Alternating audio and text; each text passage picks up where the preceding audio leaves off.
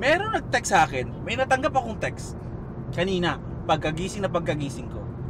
Ang sabi sa text, Ninong, sabi sa akin, Ninong, ano ba naman yung 1,000 lang? Kumain ka na naman sa binyag ko. What? Sabi ko, sino to? Sa madaling salita, hinihingan ako ng 1,000 na pamasko sa inaanak kong hindi ko alam kung sino. Sino? Sino tong inaanak ko? Yes, parents. Kilala ko lahat ng mga inaanak ko kasi pinuntahan ko. Sino to? Nagigets ko, naiintindihan ko na kailangan kong magbigay ng regalo sa mga inaanak ko. Pero sino to nagte-text na to? Maiintindihan ko kung hihingan mo ako ng regalo o pamasko sa'yo kung kilala kita. Naiintindihan ko na kailangan ko magbigay ng regalo at pamasko sa'yo. Ang hindi ko matandaan kung kailan ako pumunta sa binyag mo, inaanak. What? Nagigets ko yon. Ang pinagtatakahan ko lang kung paano ka nag-text sa akin, wala ka pang 1 taon. Paano ka naka-text sa akin? Ano to? Is this for real? Huh? Tell me, is this for real?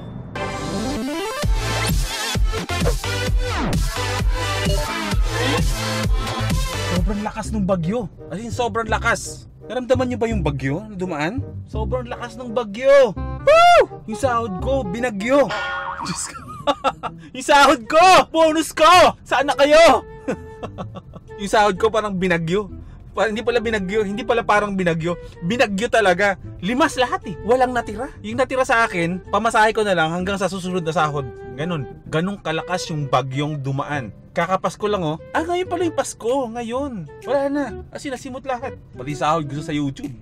Nilimas ng bagyo eh. Kamusta? Ngayong araw kasi na to, di ba, araw ng Pasko ngayon, pero kasamaang palad, hindi naman pala kasamang palad, may pasok ako sa PBB. Talagang obligasyon na natin yan na pag merong PBB, willing tayong i-sacrifice ang Pasko at bagong taon natin. Pero ganun pa man, sanay na tayo dyan. Ngayon habang on the way ako papunta sa opisina, dadaan muna ako ng Robinsons Malolos para bumili ng regalo kasi yung dalawang inaanak ko sa opisina, hindi ko pa nabibigyan ng regalo. Binagyo na yung sahod ko. Paano yun? Mga kasalubong ko yung mga magulang nun. Patay tayo dyan.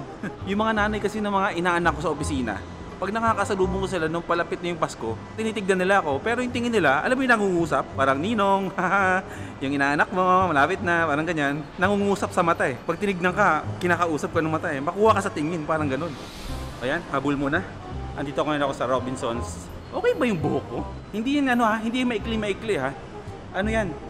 Tinalian ko lang sa likod. Nakatali yan. Hindi ko kayang maikli yung buhok. May bangs pa rin kasi talaga yan. Pag tinanggal ko yan, mahaba yan. Kaya naloloko lang kayo na akala nyo maikli buhok. Tika lang, papasok na tayo.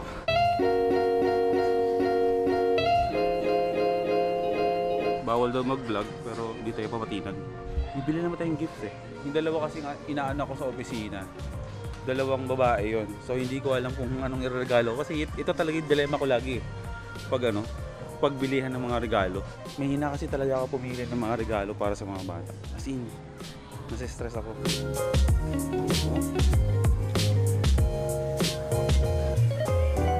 Ate, pwede ba akong tulungan mag-aras ng regalo? Saan ba ditong area yung mga pambata? Ito lang talaga. Kasi yung dalawa kong inaanak, dalawang babae. Ngayon, hindi ko alam kung anong ireregalo ko. Pareho pa ng mga cute yung dalawang yun. Halos parang magkaedad lang yung mga yun. Tapos yung isa ko pang inaanak, kasabayan ko pa ng birthday. So hindi ko talaga pwede siyang kalimutan. Kasi every time may birthday ako, maalala ko siya. Ito, parang cute to sa kanya, no? Ang gusto ko lang kasi ibigay talaga, damit. Ayoko magbigay ng laruan kasi sigurado naman kasi yan, marami silang laruan sa bahay nila. Kaya gusto ko yung nasusuot lang talaga nila.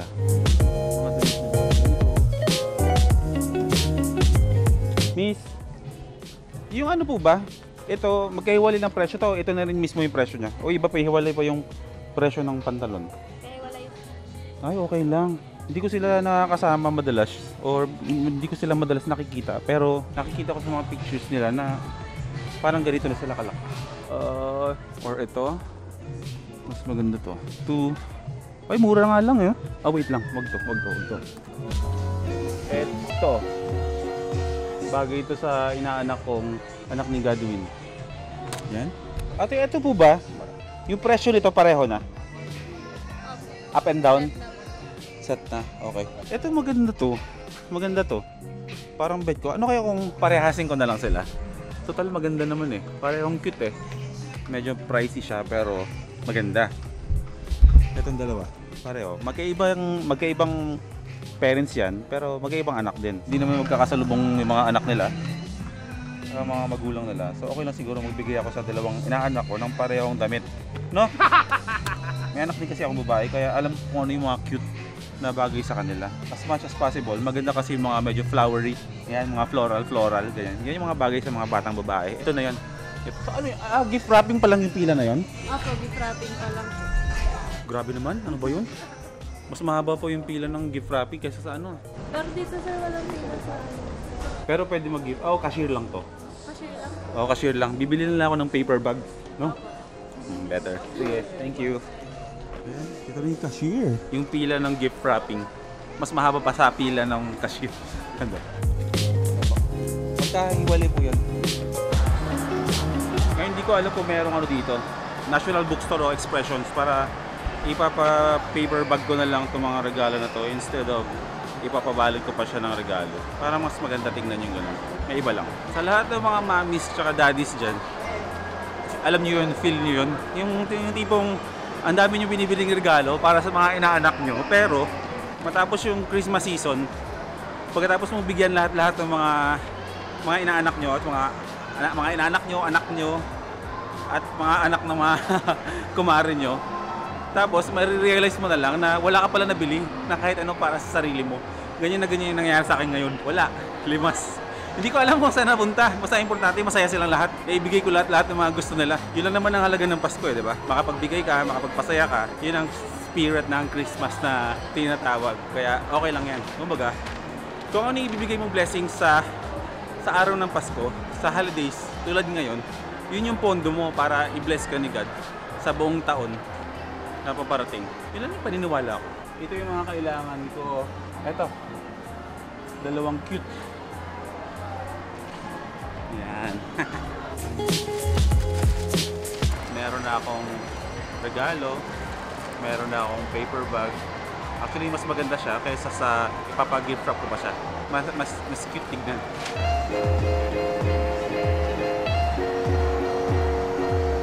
Okay. Tinitignan ako ng gwardiya. Sabi ng guard. Tigas ng ulo na ito. Kanina pa niya ako nakikita nag-vlog eh. Hindi lang niya ako sinaway agad. Bale, itong last 2 na to na inaanak ko yung may pinagkakautangan ako. Hindi ko alam, hindi ko sure. Kasi iba kasi hindi ko sure kung ninong talaga ako eh. Kita mo talaga, sa sobrang ulyanin ko. Kaya pala sabi ko parang nahihilo ako. Nakalimutan ko yung salamin ko sa bahay. Ngayon babalik pa ako ulit sa bahay para kunin ko yun. Hindi ko kayang palipasin yung isang araw na hindi ko suot yung salamin ko. Kasi meron akong migraine eh. Isang oras lang na hindi ko siya suot yung salamin ko, sasakit na yung ulo ko. Kaya babalikan ko. Diyos ko talaga. Kung napapanood man to ng mga kumare tsaka kumpare ko para dun sa inaanak ko sa dalawa, I'm sure pinapanood mo to. Parang Godwin, ayan. Hindi kasi talaga ako magaling maghanap ng regalo eh. Ang importante, may naibibigay, di ba? Max naman. Balusot pa eh, no? Yung mga iinom ha, ngayong araw ng Pasko ha, ang pag-inom, sa tiyan lang yan, hindi nilalagay sa ulo. Napagalitan patuloy ako ni Hana kagabi. Napanood niyo ba yung vlog ni Hana kagabi? Yung mga hindi pa nakakapanood ng vlog niya, bisitahin niyo yung channel niya, yung Hana Una Na. Sobrang lap trip talaga mag-vlog yung batang yan. Doon mo talaga malalaman yung abilidad ng bata pag may hawak na siyang camera. Iba siya sa personal, pagkausap mo lang siya, tinatamad-tamad, ganyan-ganyan, parang nahihiya. Pero pag hawak-hawak niya na yung camera niya, tapos in the mood siya mag-vlog, ang galing. Daddy tigilin nyo na yung inom nyo Bakit? Masama yan sa kalusugan mo. Minsan nga lang ako nag-inom. Mag-daddy can say no pa tayo, ha? Di ako magtataka kung dadating yung panahon na mauunahan ako sa subscribers nitong si Una Na. Pero okay lang sa akin yun kasi susuportahan ko yan. Since ako naman talaga yung nag-i-edit para sa kanya. Siyempre, hilig ng bata eh, di susuportahan natin. Ako na lang magiging stage dad niya sa pag-vlog niya. No? Maganda yung ganun, doble-doble ano. Ginagawa mo yung gusto mo, ginagawa mo rin yung gusto ng anak mo. Ay, happy life, happy daddy, happy daughter. No? Yung salamin ko, nakalimutan ko. Isaac, anong naglalaro ka? Hi. Thank you. Okay, sige na, papasok na ako sa work. Bye-bye. Bye-bye, kiss ko. Kiss kayo dalawa. Here. Wait, may gusto pala akong pasalamatan. Yung mga nagbigay nito, nagpadala nito. Ngayon ko lang sila papasalamatan. Kasi may mga nagpadala sa akin nito. Ito. Puro caps. Yan. Tsaka to. Kasi dati, nagsasombrero. Ewan ko, bakit ako binibigay ng mga sombrero ng mga subscribers ko. Ito, napasalamatan ko na dati to eh. Ito galing kay Kat sa Perth, Australia. Yan, pasalubong sa akin. Yung pangalawa kong sombrero, matagal na to sa akin. Hindi ko lang nagte-thank you sa vlog kasi wala pa naman akong mail time. Merong nagbigay din sa akin ng DC na sombrero. Ayan, galing to kay Josh Garcia. Isa siya dun sa mga nagbigay ng mga damit para sa mga bata dun sa nangangawit yung kamay ko. Nanginginig yung kamay ko. Ang bigat ng camera to eh. Isa siya sa nagbigay ng mga damit dun sa Manawag. Kaya nung nag-meet kami, pumunta siya sa ABS para ibigay sa akin yung mga damit. Binigay niya ako nito. Itong DC cap. Ang ganda, bro. Thank you dito. Josh Garcia. Tapos ito, meron din. May isa pa nang bigay sa akin. Taga San Mateo Rizal naman yung nagbigay. Mukhang laking US din yung bata. Tapos yung isa, ito. Galing naman ng Hawaii. Medyo malaki siya. Saktong-sakto siya sa ulo ko eh. Meron ako Nike SB, sombrero, yung DC, tapos Origins.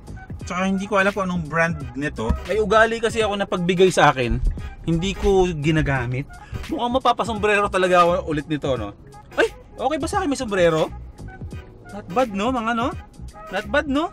Sa tingin nyo, mag-comment kayo sa baba kung gusto nyo mag-sombrero ako ulit. Sa lahat ng mga nagsasabi na mas okay yung wala akong bangs, para nakikita yung mukha ko, na-appreciate ko yun. Kaya ako nagpagupit, para nga, kung sa bagay, maganda rin kasi nakikinig ka eh. Mukhang maganda naman yung kalabasan ng pagpapagupit ko. O sige, magkita-kita na tayo sa opisina. Simula ngayong araw na to, magsusombrero na ako. Okay?